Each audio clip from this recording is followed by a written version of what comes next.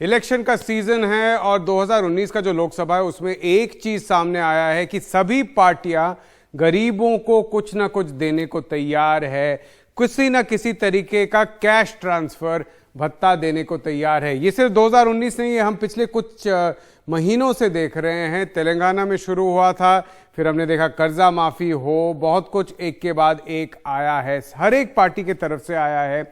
इस बार के बजट में भी सीधा पिछले साल के बजट में ऐड कर दिया गया है कि गरीब और छोटे किसानों को 2-2 हज़ार रुपए 3 बार दिए जाएंगे, 6,000। ये सरकार ने ही ऐलान कर दिया और उसके बाद और भी ऐलान हुए। सबसे बड़ा पहला ऐलान क्या था?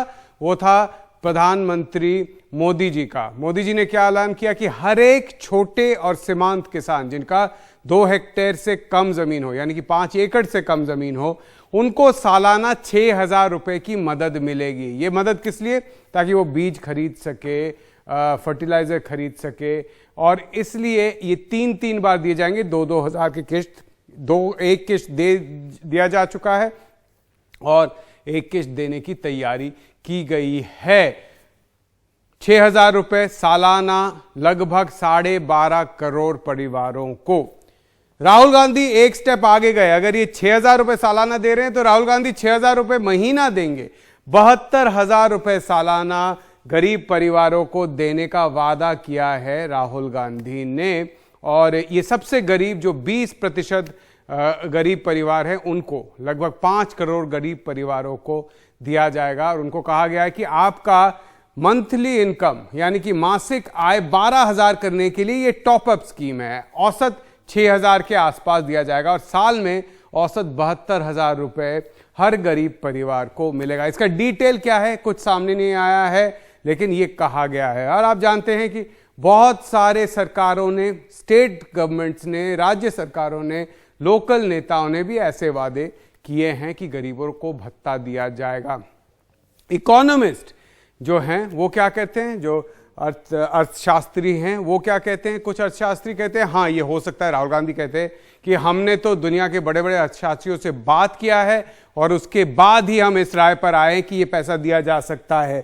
लेकिन बहुत सारे अर्थशास्त्री हैं जो कहते हैं कि ये नामुमकिन है और दिया भी गया तो ये बुरी बात है, क्योंकि वो कहते हैं कि मुफ्त के पैसे अगर किसी को मिलेगा वो काम क्यों करेगा? अगर आप फ्री में 6,000 रुपए महीने किसी को दे रहे हैं, जिसको 6,000 रुपए वैसे ही मिलते थे, वो तो काम ही छोड़ देगा। अगर पूरे दिन काम करके 6,000 मिलते थे, अब सरकार 6,000 देगा तो काम छोड़ देगा। साथ में इसमें क्या होगा? इससे जो लेबर सप्लाई कहा जाता है, किसी भी इकोनॉमी में, किसी भी अर्थव्यवस्था में लेबर की जरूरत होती है, काम की जरूरत है। अगर इस तरीके से लोगों को मुफ्त में पैसा बांट दिया जाए और वो घर पे बैठ जाए तो लेबर सप्लाई घट जाएगी, काम करने वाले लोग कम हो जाएंगे मार्केट में। और जब ये हो जाएगा तो मजदूरी बढ़ जाएगी, क्योंकि काम करने वाले मजदूर जो है उनकी सप्लाई कम हो गई, डिमांड उतनी है। तो क्या करना पड़ेगा? जो फैक्ट्री लगाता है, जो कंस्ट्रक्शन करवा है, कोई घर बना रहा है, उसको ज्यादा पैसा देना पड़ेगा। और अगर ज्यादा पैसा देगा तो क्या होगा? जो पूंजीपति है, कॉरपोरेट है, जो फैक्ट्री मालिक है, वो कम लोगों को हायर करेगा। क्यों? क्योंकि उसके पास पैसे नहीं, उसके मुनाफा से निकलेगा, वो मुनाफा घट जाएगा। मुनाफा घटेगा तो वो पैसे कम लाएगा और मंदी छाएगी। यही कहते हैं अर्थशास्त्री कि आप अगर फ्री में पैसे देंगे, अगर जिसको हम वेज रेट कहते हैं, जिस रेट पे मजदूरी दी जाती है, वो अगर बढ़ जाए तो मुनाफा घटेगा, मंदी छाएगी। इनकम टैक्स देने वाले भी सोचते हैं भैया हमारा पैसा है, हम क्यों दें? आप देखिए, जो एक स्लाइड बदलकर आपको दिखाते हैं और वो कहते हैं कि ये जो सारा जो बोझ, अर्थशास्त्री कहते हैं जो सारा बोझ होगा वो बोझ पड़ेगा सरकार पर। सरकार को देना पड़ेगा लोन और सरकार को फिस्कल डेफिसिट बढ़वाना पड़ेगा। और उसकी भरपाई कौन करेंगे? भरपाई करेंगे जो टैक्स देते हैं, इनकम टैक्स देने वाले, आयकर देने वाले। आयकर देने वाले जैसे हम लोग हैं, हम में से बहुत लोग हैं जो अभी इस शो को देख रहे हैं, आयकर देने वाले, इनकम टैक्स देने वाले हम लोग कम हैं। और हमारी बात यह है कि पैसा हमारा है, हम पूरे दिन काम करके सरकार हमसे पैसे लेके जाती है, आयकर लेके जाती है। और ये किसके लिए दिया जाएगा? दिया जाएगा उन लोगों के लिए जो शायद काम नहीं करेंगे, काम करना बंद कर देंगे। और हम जानते हैं बहुत बार क्या होता है, पैसा जाता है, वो कहां जाता है? सीधा जाता है शराब की बोतल में। ये भी कहा जाता है, आप ट्विटर वगैरह पे जाएंगे तो आपको दिखेगा कि बहुत लोग कह रहे हैं भैया मेरा टैक्स का पैसा अब किसी जो शराबी है उसके लिए तो मैं नहीं दे सकता। ये चाहे मोदी जी हो, चाहे राहुल गांधी हो, चाहे चंद्रबाबू नायडू हो, चाहे जो भी हो, हम तो नहीं देने वाले भैया, ये बंद कीजिए।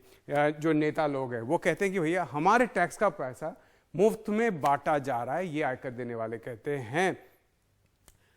अब देखिए आप कि ये पहला देश नहीं है भारत जहां पे गरीबों को कैश ट्रांसफर देने की बात चल रही है।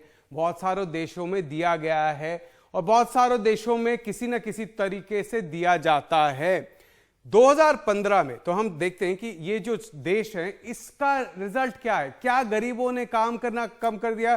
क्या वो आलसी बन गए, घर में बैठे रहे, आयकर का देने वालों का पैसा लेकर शराब में उड़ा दिया है? क्या ऐसा हुआ है दूसरे देशों में? इसको हम देखते हैं कि क्या इसका रिजल्ट आया। इसका रिजल्ट मैं जो दे रहा हूं आपको, ये कुछ स्टडीज के रिजल्ट दे रहा हूं, आप भी इंटरनेट पे जाकर दे सकते हैं। 2015 में यूएसए के 2-3 नामचीन यूनिवर्सिटी है, जिसमें से हार्वर्ड यूनिवर्सिटी का नाम सुना होगा और मैसाचुसेट्स इंस्टीट्यूट ऑफ टेक्नोलॉजी यानी कि MIT, इनके अर्थवैज्ञानिक यानी कि अर्थशास्त्री इकोनॉमिस्ट ने मिलकर शोध किया था 2015 में। उन्होंने 7 देश लिए थे। 7 देशों में किसी न किसी तरीके का जो कैश भत्ता है गरीबों को दिया जाता है। ये सारे कंडीशनल ट्रांसफर हैं, ज्यादा से ज्यादा। कंडीशनल ट्रांसफर मतलब क्या होता है कि बताया जाता है ठीक है इतना आपको पैसा मिलेगा हर महीने, लेकिन आप बच्चों को स्कूल भेजिए या वैक्सीनेशन करवाइए। कहीं कहीं पे बताया गया था कि छोटे जो गरीब परिवार है उनको कहा गया था ये पैसा लीजिए, इस पे आप कुछ काम में लगाइए। अलग अलग तरीके के स्कीम थे। 2 स्कीम ऐसे हैं जहां पे कोई कंडीशन नहीं था। एक मेक्सिको का स्कीम था, वहां पे कोई कंडीशन नहीं था, पैसा वैसे ही दिया जा रहा था और लोग उसका खर्चा कर रहे थे। इसका इस स्टडी का रिजल्ट क्या है? स्टडी का रिजल्ट है कहीं पर भी ना तो एम्प्लॉयमेंट गिरा, रोजगार गिरा, ना काम करने का वक्त गिरा। 7 अगर ऐसे लिए गए हैं तो 5 साल के जो दिया गया, ये जो पीरियड देखा गया है, इसको मेटा स्टडी कहा जाता है। बहुत सारे स्टडीज को लिया गया है साथ में। हर जगह पे एवरेज औसत 1.6% से कहीं कहीं गिरा था, तो कहीं पे 1% बढ़ गया काम करने का जो देरी है, जितने देर तक लोग काम करते थे। 7 में से 2 देशों में काम करने की अवधि बढ़ गई। गरीब लोग जिनको पैसे मिल रहे थे वो ज्यादा काम कर रहे थे, घर पे नहीं बैठ रहे थे, पैसा लेके दारू में नहीं उड़ा रहे थे, वो ज्यादा काम कर रहे थे। ये याद रखिए कि 7 देशों का जो रिजल्ट है ये है। अब हम युगांडा के बात करते हैं। युगांडा में भी गरीबों को रोजगार भत्ता दिया गया। ये रोजगार भत्ता है, ये फ्री नहीं है, ये न्याय टाइप का नहीं है। एक सेकंड रुकिए, इस स्लाइड पे एक सेकंड रुकते हैं। इसमें क्या है कि गरीबों को, गरीब परिवारों को थोड़ा सा पैसा दिया गया, कहा गया कि आप इसको किसी काम में लगाइए, कोई स्किल सीखिए। उसमें क्या देखा गया कि 17% काम बढ़ गया। लोगों ने 17% ज्यादा टाइम काम पे लगाया जिन लोगों को यह मिला था। साथ में आय उनकी 38% बढ़ गई, आमदनी 38% बढ़ गई। यानी कि कैश भत्ता से गरीबों को फायदा हुआ, सिर्फ आय में नहीं, साथ में उन्होंने काम भी बढ़ाया। हाँ, ये सारे जो हैं किसी ना किसी तरीके से कंडीशनल है। ये नहीं है कि सीधा दे दे कि आपके पास पैसे है बस आप जो मर्जी कीजिए। फिर भी 2 देशों में ऐसा है जहां पे कहा गया कि आप पैसे लीजिए, जो मर्जी कीजिए, वहां पर भी काम बढ़ा है, वहां पर भी एम्प्लॉयमेंट बढ़ा है, कम नहीं हुआ है। अमेरिका में ऐसा प्रयोग, एक्चुअल प्रयोग किया गया था 70 के दशक में। 1970 के दशक में यह प्रयोग किया गया था जब रिचर्ड निक्सन प्रेसिडेंट होते थे, अमेरिका के राष्ट्रपति थे। तब उन्होंने 4 शहरों में ऐसा प्रयोग किया था। 7,500 लोगों पर प्रयोग किया गया था। उनको एक नेगेटिव इनकम टैक्स कहा जाता है या रिटेन इनकम टैक्स कहा जाता है। उनको पैसा दिया गया था और अगर जितना आपका आय बढ़ता रहेगा उतना टैक्स के तौर पे निकाल लिया जाएगा, और 20,000 से ज्यादा आय हुआ, $20,000 से ज्यादा, तो पूरा का पूरा आपके हाथ से निकल जाएगा। ये किया गया था। तो उसमें क्या देखा गया कि चारों शहरों में जब देखा गया, ये लोग दिखाते आपको कि चारों शहरों में कहीं ना कहीं काम करने की अवधि यानी कि टोटल टाइम जितना लोगों ने काम किया और साथ में जो एम्प्लॉयमेंट है, काम करना, दोनों में कमी दिखाई दी। लेकिन ये क्यों? क्योंकि जब सर्वेयर जब गए, एक सेकंड यहां पे रुकते हैं, सर्वेयर गए और लोगों से पूछा क्या आप काम ज्यादा कर रहे हैं, कम कर रहे हैं? तो लोगों ने कहा कि हम तो कम कर रहे हैं जी, हमें पैसे चाहिए। लेकिन बाद में जब वो मैच करके देखा गया सरकारी रिकॉर्ड में कि क्या वो काम करे, तो देखा गया नहीं, कोई फर्क नहीं, सब उतना ही काम कर रहे हैं जितना पहले कर रहे थे। हां, तो इसका मतलब ये जो स्कीम था उसके डिजाइन में फॉल्ट था, उसके डिजाइन में खराबी थी कि लोगों को झूठ बोलने में उनको इंसेंटिव दिया जा रहा था कि आप अगर बोले तो आपको फायदा है। लोग कह रहे हैं कि न्याय जो राहुल गांधी का स्कीम है उसमें भी इसका डर है, लोग कहेंगे कि हमारा तो इतना आय, हमारा 12,000 नहीं है, कम है, हमें पैसे दीजिए। ये अगर स्कीम है, ये इसका फॉल्ट है जो हम अमेरिका से देख रहे हैं, अमेरिका के एग्जाम्पल से। लेकिन हम कनाडा में जाते हैं। कनाडा में क्या किया गया, एक पूरे शहर में, एक मानीटोबा बोल के एक शहर था, जगह थी, उसमें एक छोटे शहर में हर एक गरीब परिवार को पैसे दिए गए, हर एक परिवार को कैश भत्ता दिया गया कनाडा में। और ये मैनिटोबा में ये प्रयोग किया गया, लगभग 5 साल तक प्रयोग किया गया, 1974 से 1979 तक ये प्रयोग हुआ। गरीब परिवारों को मासिक भत्ता मिला। और वहां पे क्या हुआ, लोग जो है वो ज्यादा काम कर रहे थे, उनकी काम करने की अवधि बढ़ गई। इसका भी कारण क्या है, एक सेकंड रुकते हैं।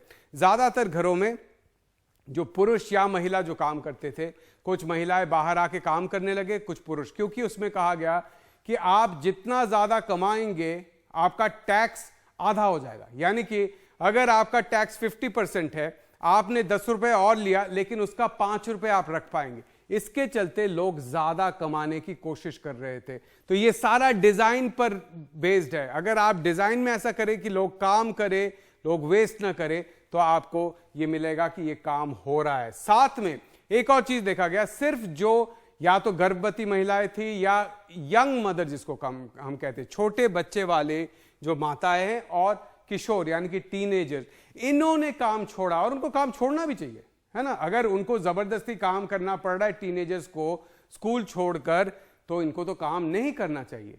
इसलिए जब भत्ता मिला तो क्या हुआ, यहां पर स्कूल में एनरोलमेंट बढ़ गया, टीनेज एनरोलमेंट बढ़ गया, हॉस्पिटल विजिट, डॉक्टर विजिट 8.5% घट गया।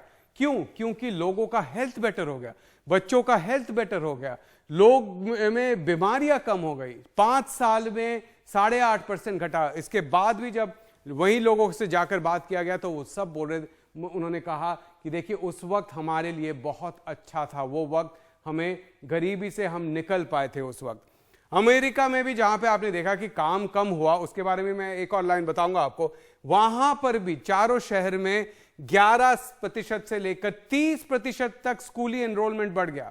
यानी कि लोग स्कूल में गए, बच्चे स्कूल में गए, टीनेजर स्कूल में गए, क्योंकि उनके माँ बाप को कैश ट्रांसफर मिल रहा था गरीबों को। इधर एक सेकंड रुकते हैं। इस डेटा में एक और चीज निकल के आया कि जिन लोगों ने काम कम कर दिया, ये नहीं कि वो घर में बैठ रहे थे, काम बंद किया उन लोगों ने जो स्कूल में गए, जो कोई ट्रेनिंग में चले गए, नाइट स्कूल में गए, या वो कुछ बेहतर नौकरी ढूंढने के लिए वेट कर रहे थे, नौकरी बेहतर ढूंढ रहे थे। उनके लिए डेस्परेशन नहीं था, वो मजबूर नहीं थे कि अगला नौकरी उनको लेना पड़ेगा। यानी कि सारे जो हम जितने भी मिसाल देख रहे हैं, हर एक में हम देख रहे हैं कि काम कम नहीं होता। गरीबी भत्ता पाने से काम कम नहीं करते, लोग ज्यादा करते हैं, पढ़ाई बढ़ती है, हेल्थ बेटर होता है। और जी हां, ये आपके इनकम टैक्स से नहीं जाता। इसके बारे में अगले सिंपल समाचार में बताएंगे कि ये जो गरीब देते हैं, गरीबों को मिलेगा, वो उन्हीं का पैसा होगा।